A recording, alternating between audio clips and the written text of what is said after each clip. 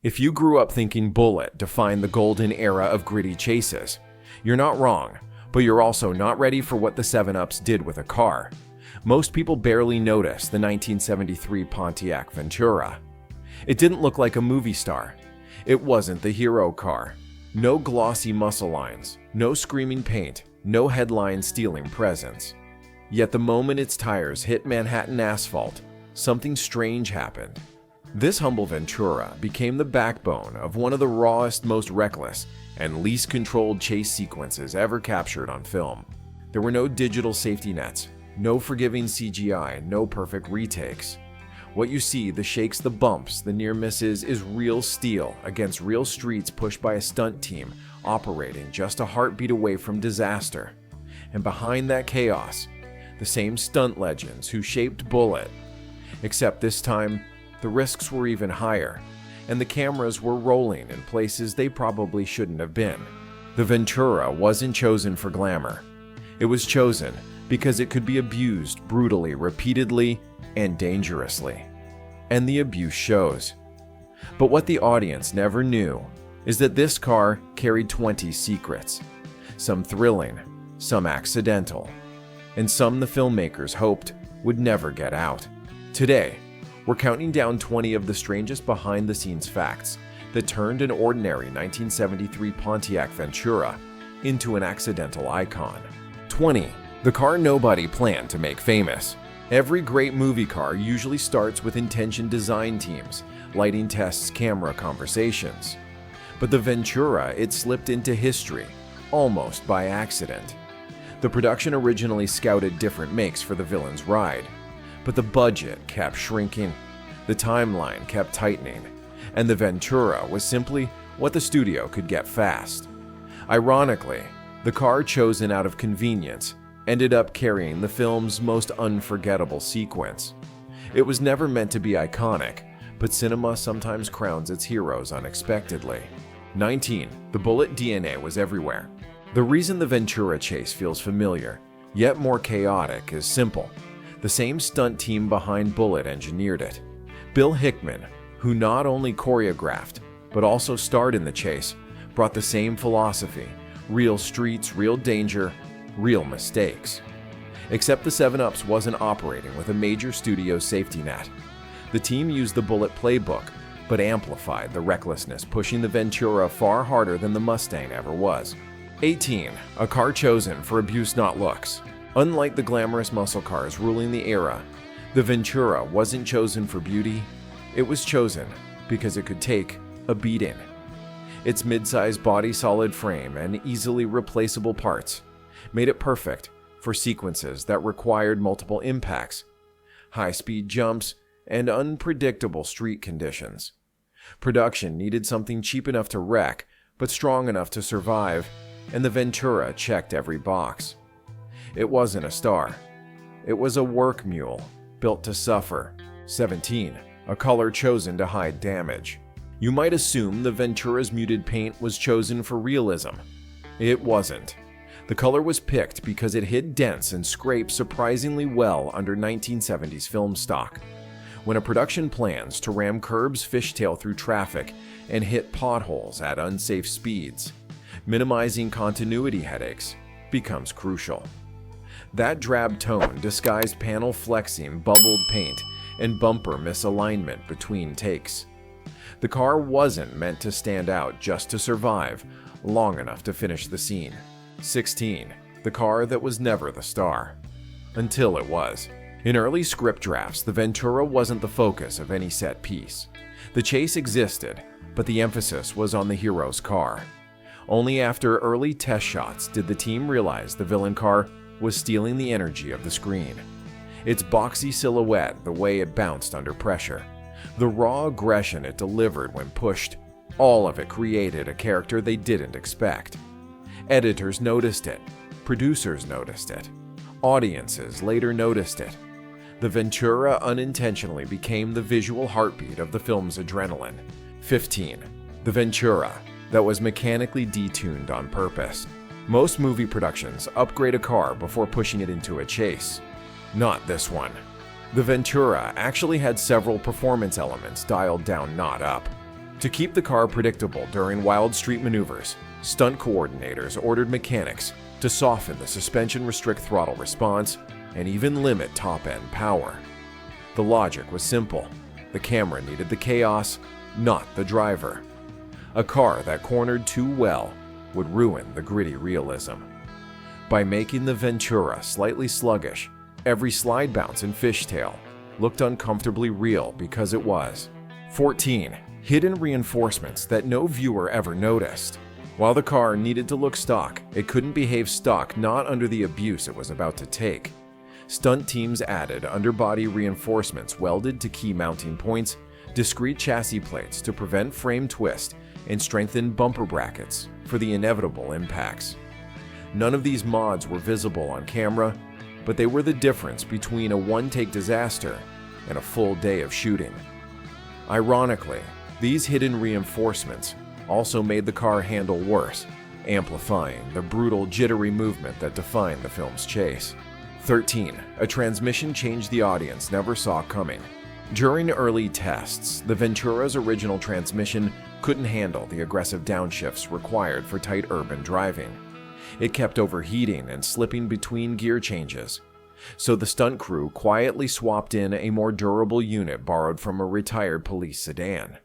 It wasn't glamorous, but it could withstand repeated redline drops and hard engine braking. The audience never knew the car had a different heart beating beneath its floor pan. But when the camera followed that wild chase through Manhattan, the improved gearbox kept the entire production alive literally. 12. The continuity error nobody fixed. Because the scene was too good. There's a moment in the chase where the Ventura's front grille appears slightly damaged, then perfectly fine, then bent again. It wasn't a planned detail. It was a continuity nightmare the editors decided to ignore because the footage was simply too intense to reshoot. The production had no money, no backup car, and no time to do the sequence again. They kept everything damage jumps and all. Ironically, decades later, fans praised these mistakes as proof of the sequence's raw authenticity.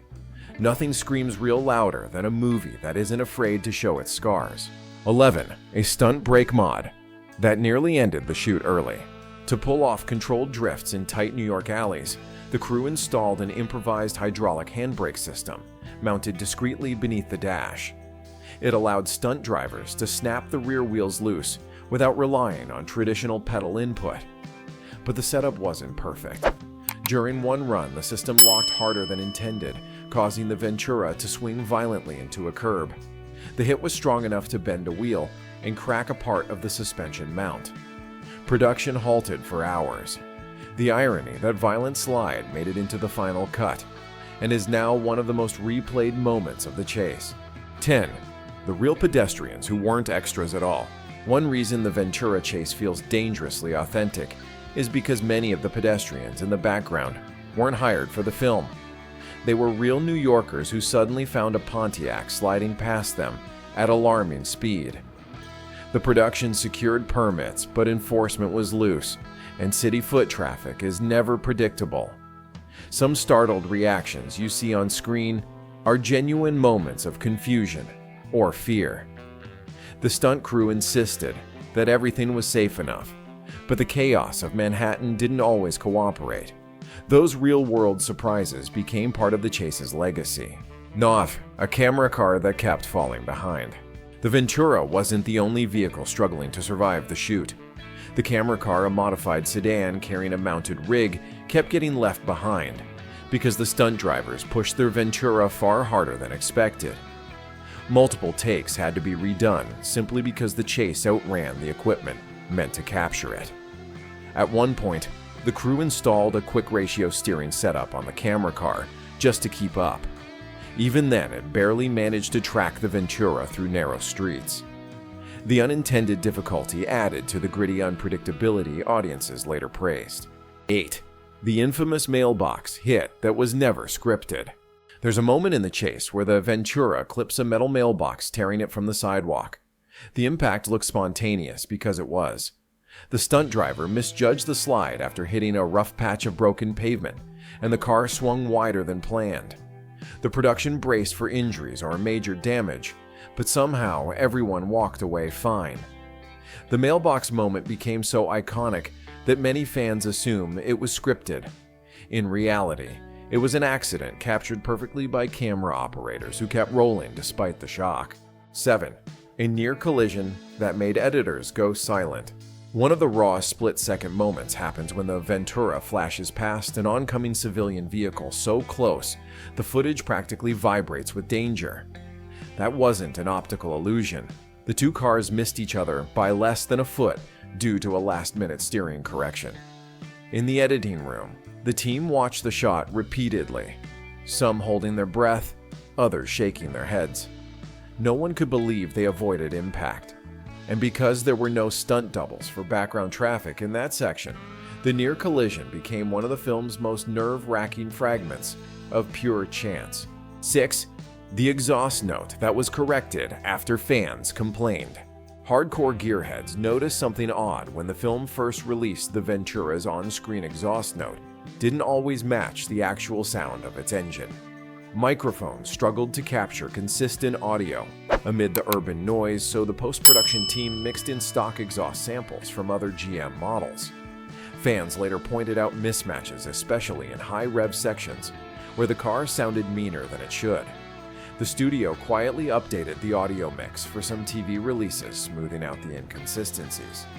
But purists still prefer the original version, raw, flawed, and full of personality. 5. The chase that became a training reference for stunt drivers. Long after the 7-Ups left theaters, the Ventura's chaotic chase lived on not with audiences, but inside stunt driver circles. Young drivers entering the business were often shown the Ventura sequence not as inspiration, but as a warning. In safety workshops, instructors pause frames to highlight dangerous near misses, unpredictable street conditions, and how quickly a minor miscalculation can turn catastrophic. Ironically, the same recklessness that energizes viewers became a lesson in what modern production should not repeat.